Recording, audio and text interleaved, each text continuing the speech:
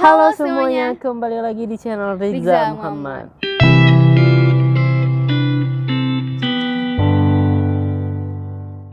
Oke, apa kabar kalian semua? Semoga kalian sehat selalu dan tetap stay di rumah dan mentaati peraturan yang ada di negara kalian. Kita ini berada di kampus bukan semata-mata untuk buat video, tapi kita kerja nih di radio. Jadi biar tidak ada salah pahaman kalau kita tuh ke kampus cuman untuk take video gitu, enggak. Kita udah break time dari radio, makanya kita sempatkan untuk buat video. YouTube. Oke, RMR kali ini kita bakal mereaction 3 hal yang tidak ada di Malaysia tapi di Indonesia ada. Apa itu ya? Oke, langsung saja kita mulai. Sebelum itu jangan lupa follow Instagram kita di atas dan jangan lupa juga bantu like, komen, dan subscribe. Oke, saya akan bercerita mengenai 3 hal atau 3 perkara yang ada di jalan raya Malaysia, namun hal itu tidak terjadi di negara Indonesia. Apa tuh? Perkara pertama atau hal pertama ialah ternyata jalan raya di Malaysia ini sangat sedikit sekali yang memotong jalan kereta api. Ini bukan berarti tidak ada jalan raya di Malaysia yang memotong jalan kereta api. Bukan seperti itu. Maksudnya? Di Malaysia juga ada jalan raya yang memotong jalan kereta api, namun jumlahnya sedikit. Kalau di Indonesia, terutama di Pulau Jawa, itu banyak sekali jalan raya yang memotong jalan kereta api. Tapi ini atau bahaya. memotong laluan Tapi kereta ada api. rambu-rambunya. Jadi ketika Kan udah ada kereta api palangnya ini juga lalu sekarang. atau Kayak lewat, maka kendaraan yang berada di jalan raya yang memotong jalur kereta api ini akan diberhentikan untuk memberi laluan kepada kereta api tersebut. Jadi di tempat itu sudah standby petugas yang mengatur lalu lintas di jalan raya yang memotong jalur kereta api. Di Indonesia, jalan raya yang memotong laluan kereta api itu kadang-kadang ada petugas dan kadang-kadang tidak ada petugas yang berjaga. Nah, jika jalan raya yang memotong jalur kereta api tidak ada petugas yang berjaga, maka kita sebagai pengguna jalan harus berhati-hati ketika akan melewati jalan itu. Karena kita tidak tahu kapan atau bila kereta api itu lalu. Dan kejadian kecelakaan atau kejadian kemalangan yang melibatkan kereta api dengan mobil itu sering terjadi di jalan raya yang tidak ada petugas yang standby di situ. Bahaya kalau Pertemuan nggak ada antara jalan petugas. raya dengan jalan Tapi kereta api biasanya ini di ada Indonesia sih, disebut ada dengan nama posko gitu. palang pintu. Tapi nggak tahu Jadi sih, di setiap palang daerah pintu kan itu ada berbeda-beda. petugas yang berjaga. Jika palang pintu itu memiliki sistem otomatis, maka di palang pintu itu tidak diperlukan petugas. Namun di Indonesia masih banyak palang pintu yang belum otomatis. Iya, Jadi belum masih otomatis. diperlukan petugas untuk berjaga di palang pintu. Itu untuk jalan-jalan raya yang besar. Namun kalau jalan-jalan kecil seperti jalan di kampung, itu ada beberapa palang pintu yang tidak ada petugas yang berjaga. Nah, jika tidak ada petugas yang berjaga di palang pintu, maka kita sebagai pengguna jalan raya yang akan melewati palang pintu tersebut harus berhati-hati. Jika perlu berhenti dulu, melihat kanan kiri adakah kereta api itu lalu atau tidak. Ini demi keselamatan kita, apalagi kalau jalan itu di tikungan atau di kona jalan. Sebab kita tidak bisa atau tidak boleh melihat keadaan di sekeliling kita. Kita tidak tahu di depan apakah ada kereta api atau tidak, karena kita berada di kona jalan. Dan jalan itu kanan kiri banyak pokok-pokok, jadi pandangan mata kita terhad atau terbatas. Nah, dalam keadaan jalan seperti itulah banyak kemalangan atau banyak kecelakaan yang melibatkan kereta api dengan mobil. Ternyata di Malaysia ini memang sangat jarang sekali ada jalan raya yang memotong jalan kereta api. Yang saya bicarakan ini adalah di Semenanjung, Malaysia. Sedangkan di Sabah dan Sarawak saya belum pernah pergi ke sana. Kalau di Pulau Pinang itu memang tidak ada kereta api. Saya tinggal di Pulau Pinang bagian pulau. Di bagian pulau itu tidak ada kereta api dan tidak ada jalan tol. Maksudnya tidak ada jalan yang berbayar. Ada lebuh raya tapi itu bukan tol. Nah, itu tadi hal pertama yang menarik di negara Malaysia. Kemudian hal menarik selanjutnya di jalan raya Malaysia yang tidak terjadi di jalan raya Indonesia adalah ternyata di Malaysia ini tidak ada yang namanya pos polisi. Oke, untuk Anda orang Malaysia, pos polisi yang saya maksud adalah sebuah kita pondok baru polis sadar yang ya, kan ditempatkan juga. di simpang 4 ataupun simpang 3. Jadi pondok polis itu berfungsi untuk menempatkan anggota polis trafik supaya mengatur lalu lintas di simpang 4 ataupun simpang 3 tersebut. Kalau di negara Indonesia, perempatan jalan atau simpang 4 jalan yang besar, biasanya ada pos pemantauan atau pos polisi. Jadi jika terjadi sesuatu di simpang 4 ataupun simpang 3 tersebut, maka anggota polis trafik yang standby di pos polisi atau pondok pengawal polis akan bisa bertindak cepat untuk mengatur lalu lintas. Inilah salah satu fungsi dari pos polisi atau pondok pengawal polis di Indonesia. Jadi ianya lebih kepada tempat untuk standby anggota polis. Anda bisa melihat sendiri, ini adalah gambaran simpang 4 di negara Malaysia. Tidak ada pondok polis atau pos polisi. Di simpang 4 jalan raya yang besar di negara Malaysia juga tidak ada pos polisi atau pondok pengawal polis. Untuk Anda orang Indonesia, Anda bisa melihat sendiri dalam video ini. Ini adalah simpang 4 yang cukup padat kendaraan. Namun di simpang 4 atau di perempatan jalan ini tidak ada pos polisi.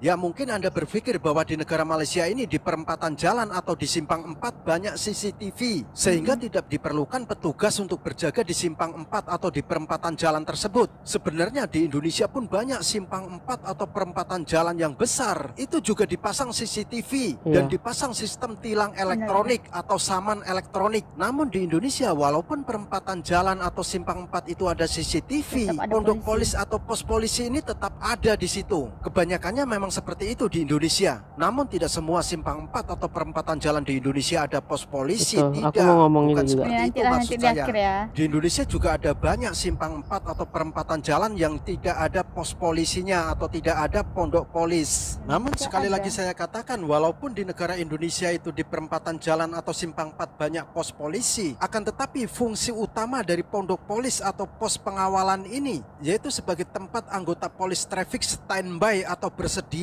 jika terjadi sesuatu di simpang 4 tersebut. Contohnya jika di simpang 4 tersebut traffic light mati atau lampu isyarat mati, maka anggota polis traffic yang standby di pos polisi atau pondok pengawal, mereka akan dengan cepat mengatur lalu lintas di perempatan atau di simpang 4 tersebut. Itulah fungsi utama pos kawalan atau pos polisi di negara Indonesia. Oke, hal berikutnya yang menarik di Jalan Raya Malaysia namun tidak terjadi di negara Indonesia adalah ternyata di simpang 4 atau simpang 3 jalan raya yang ada di negara Malaysia itu tidak ada yang namanya pedagang asongan. Mungkin untuk Anda orang Malaysia tidak tahu apa itu pedagang asongan ya. Kalau di Indonesia di traffic light atau di lampu isyarat, jika lampu isyarat itu berwarna merah, maka ada pedagang atau peniaga menawarkan dagangannya menghampiri pengguna jalan. Biasanya pedagang asongan di Indonesia itu menjual minuman mineral dan makanan ringan. Mereka akan standby di tepi jalan atau di pinggir jalan menunggu lampu isyarat berwarna merah. Jika lampu isyarat sudah berwarna merah, mereka akan turun ke jalan dan menawarkan dagangan mereka. Namun di negara Malaysia ini pedagang asongan memang betul-betul tidak ada atau memang saya tidak pernah nampak. Karena selama saya tinggal di negara Malaysia, saya tidak pernah melihat adanya pedagang asongan. Anda bisa melihat sendiri, ini adalah simpang 4 atau perempatan jalan di negara Malaysia. Lampu isyarat berwarna merah, namun tidak ada pedagang asongan di sini. Saya tidak tahu pasti apakah betul di negara Malaysia ini tidak ada pedagang asongan seperti di negara Indonesia. Untuk Anda yang mengetahui perkara ini, sila Anda komen. Berarti ada 3 perbedaan ya. Yang pertama tadi kita disebutkan kalau di Malaysia itu nggak ada namanya jalan raya yang memotong kereta api. Oh ya, tergantung wilayahnya ya wilayahnya. Kalau misalnya teruntuk kami di sini belum ada yang namanya kereta api. Tapi kalau misalnya di daerah Pulau Jawa atau yang lainnya itu banyak. Sumatera ada nggak sih kereta api? Kayaknya nggak pernah dengar juga sih. Nggak pernah dengar juga sih, setahu aku nggak ada gitu. Kalau ada jalan yang memotong kereta api itu sebenarnya kan ada yang penjaganya, ada juga yang enggak. Kalau yang nggak ada penjaga itu yang bahaya. Dan beberapa juga sih yang melanggar walaupun kereta api itu belum lewat, tapi kan itu nggak boleh juga sebenarnya dilalui gitu. Yang kedua itu ada setiap simpang 4 itu kalau di Malaysia ada yang ada cuma CCTV. Kalau di Indonesia itu udah ada posko polisi dan ada CCTV juga. Dan itu juga tergantung wilayahnya masing-masing. Seperti kalau di tempat kita jarang sih. Jarang ya kan? Jarang tapi juga ada. Tapi ada. Juga di dekat kampus kita ini kan ada juga simpang. Dari situ tidak ada traffic light, lampu merah tidak ada kan. Ada CCTV juga. aja. Makanya paling sering macet. Dan polisi jarang juga itu kalau misalnya memberi turun, arahan. Ya. Kalau misalnya turun pun kayaknya pas malam itu pun juga jarang sih. Pas PPKM ini ada, cuman itu karena dia nutupi jalan aja. Habis itu nggak ada lagi. Yang terakhir, di setiap lampu merah di Malaysia itu nggak ada pedagang asongan. Kalau ini yang pedagang ini kayaknya tidak terkhusus di daerah tertentu, kayaknya di semua tempat ada. Di semua Indonesia lah. Contohnya di tempat kami ini ada pengamen, terus pedagang kayak jual-jual minum, jual-jual kerupuk. Terus badut, badut tahu nggak? Terus sama ada yang tukang kipas apa sih bersihin kereta gitu kan? Kereta gitu. Kalau yang poin pertama masalah kantor polisi, terus masalah jalan itu oke lah. Kita tepikan dulu. Tapi aku mau berfokus di yang ketiga tentang pedagang ini. Coba kalian komentar menurut kalian di Indonesia apakah bagus apa tidak ada pedagang seperti itu? Kalau menurutmu gimana, Din? Menurut aku enggak sih. Nggak bagus ya? Nggak bagus karena satu menurut aku sih emang jarang kejadian, tapi pernah kejadian kayak lebih memaksa dianya. Aku bukan nggak suka, cuman ya kadang dia tuh ada yang nggak sabar, ada yang kayak nggak sopan aja.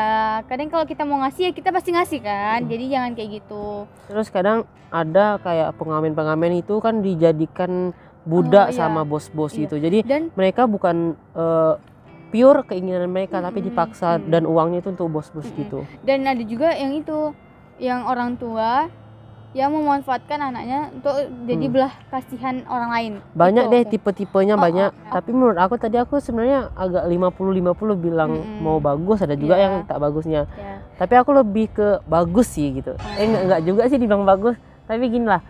Kita bagi aja 50% bagus, 50% tidak bagus. Kalau misalnya 50% bagusnya nih menurut aku ya satu, kadang ada juga sih kalau kita haus atau kepanasan beli es di situ. Tapi aku lebih ke sisi yang mereka betul-betul pedagang betulan nih. Jadi kayak mereka nggak punya tempat. Di situ tuh betul-betul satu-satunya tempat mata pencaharian mereka. Kan kayak kalau di tempat lain mungkin nggak ada yang mau beli, di situ kan kayak ada orang kasihan jadi mau beli. Jadi mereka cuma menggantung harapan di situ gitu. Bener-bener. Aku cuma lihat dari situ aja sih, cuma sisi baiknya. Cuma memang sisi buruknya lebih banyak sih. Mungkin cukup sekian aja reactionnya karena ini udah panjang. Terima kasih buat teman-teman yang udah nonton video ini sampai detik ini. Jangan lupa juga tonton video kita yang lainnya sebelah sini. Dan jangan lupa juga bantu like, comment, dan subscribe.